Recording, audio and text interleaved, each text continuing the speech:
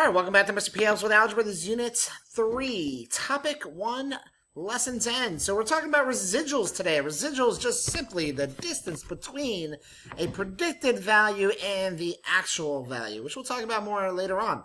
So let's talk about describing the spread of the data. We've talked about shape, center, and spread when looking at various data displays, and spread means how far apart the data is. Well, the median in this case looks to be about 55 because remember a box plot has a median in the middle, two quartiles, and two extremes. So the highest and lowest numbers, and then the middle median is the right in the middle piece of data, and then these two quartiles split each top and bottom halves in half as well, creating four quarters, 25%, 25%, 25%, and 25% of the data. Each one is equal. Now, why are some boxes more spread apart? Because these data are further apart, whereas this data was closer together right there. So there's a lot of numbers that were close together, which made that box plot smaller. So median, 5.5. Range, distance between the highest and lowest number, 9 minus 3 makes 6. Interquartile range would be 7 minus 4.5 would be 2.5. Question over here, so we've got median at about 10.5. We got the range at 13 minus 3, which is 10, and the interquartile range 12 minus 8.5, which would be 3.5. Great. So like I said a second ago, we're going to be able to analyze data using residual plots. We're going to be able to create a residual plot by finding the residuals of given data points using a given a linear model. Okay, I know that was a lot. So now this is where I usually do the homework at the very, very end, but I'm actually going to do it right now. So those people that just want to skip to the very end of the video, well, you're kind of out of luck. You're going to be searching for this homework. Residuals, residual plots, and correlation coefficients. So I am going to simply count how far away is each point away from the line. So this looks to be about, okay, 2021. So 1, 2, 3, about 3 below. 1, 2, 3, about right there. Oh, come on, pen.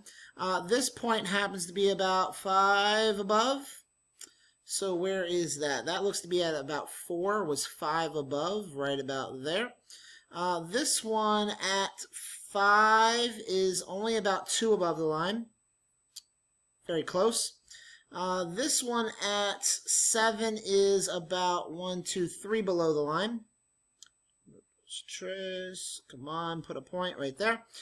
This point, which is at about 9, is right on the line. So right on the line.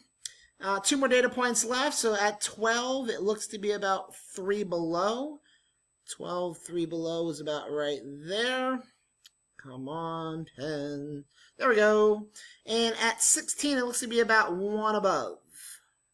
Very close, right there. All right, so there's your residual plot. Now, when looking at this, I would say that most of the data is pretty close to the line. I think that's a pretty good, that's a good line of best fit. It's not curving, data's not curving.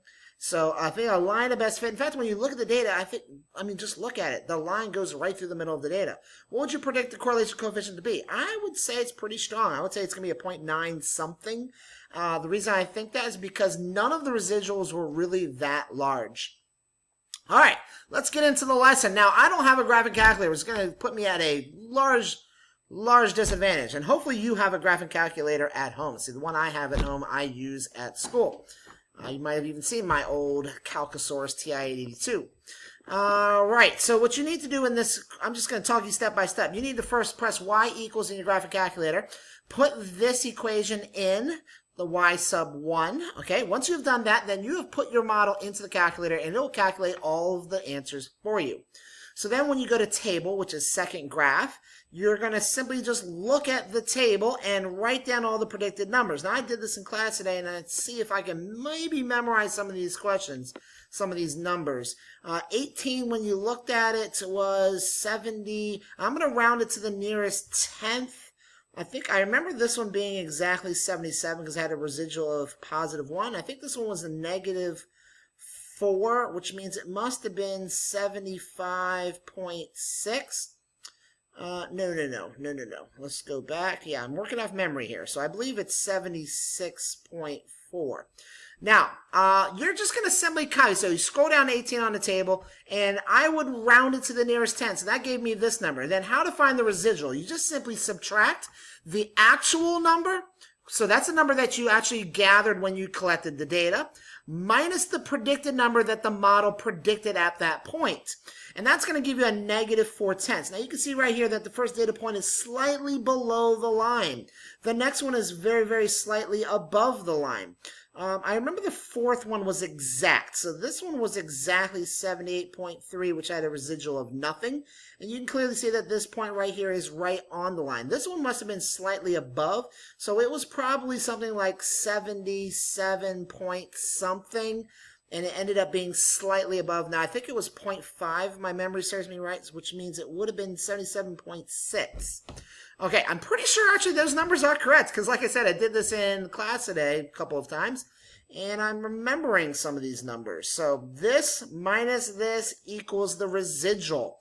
Now, I don't remember all of them all the way down, but you're going to do the exact same thing. So go to 22, round it to the nearest tenth, subtract. This minus this number equals this number. Is there a pattern? Is this a good model? Yes, this is a good model. Just look at the scatter plot. I mean, the line is going through the middle of the data. It's going in a straight line. You would not say a curve fits this data better. That wouldn't make any sense. And when you look at the residual plot, and keep in mind that it's zoomed in, so it's going to look a little, when it looks like there's no correlation, that's actually a good thing. That actually kind of tells you, what it's above, below, above, below, above, below. A perfect line would have as equal amount of data points above the line as below the line. 1, 2, 3, 4, 5. 1, 2, 3, 4, 5, 6, 7. Now, why is there more on bottom than on top? Because we have these kind of outliers. It's going to take 2 of these residuals to make up for this one huge, large, positive residuals. You see what I'm saying? So that's not a shock at all. It's not always going to be exactly equal because it depends what the actual residual happened to be. Now, same thing for this question. You're going to go back to y equals, put this equation in. That's your model. That's the equation found when putting all the data in, which you didn't have to do yourself.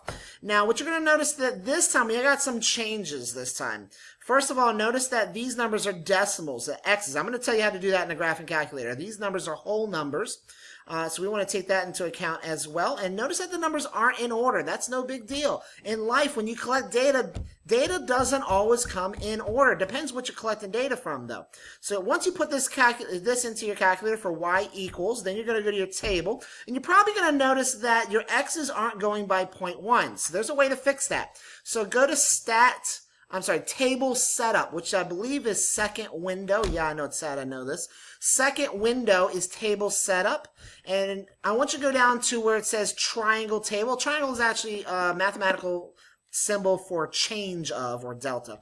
Change of table. So when you change that, it should probably say 1 is standard. Change it to 0.1.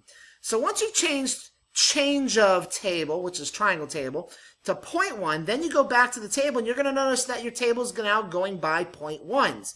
And you can even start your table wherever you want. So you don't have to start it at 0, you can start it at 5. And then when you go back to the table, it'll start at 5. Or you can have it start at 1,000,000, but why would you do that? Because these numbers are all between 0 and 10. So now 5. Now I remember this one is 150.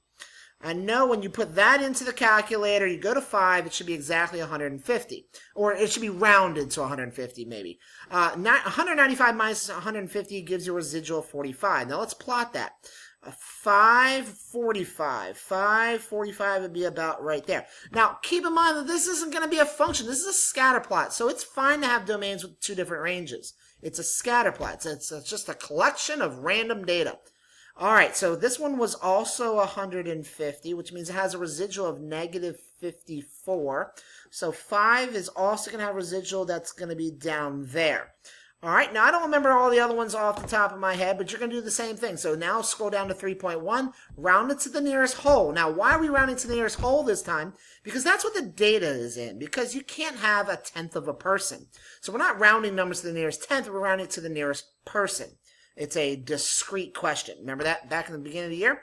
All right, this was a simple one. This is actually a homework that I'd already done in a previous lesson, so I don't need to do that. And this one, you're going to have to do this one on your own because I don't have a graphing calculator. And the first thing you have to do is you have to put this data in the calculator. So you have to go to Stat Edit, enter the data. So put these numbers in line 1 and put these numbers underneath line 2. That's going to take a couple of minutes. Then once you've done that, you go to Stat Calculate 4, which is linear regression. And once you've done that, it should tell you the equation. Now, if my memory serves me right, it was like 1.87x plus, now I don't remember the y-intercept. I think it was like 54 point something. I'm just going to make that up. I'm pretty sure this was right, though.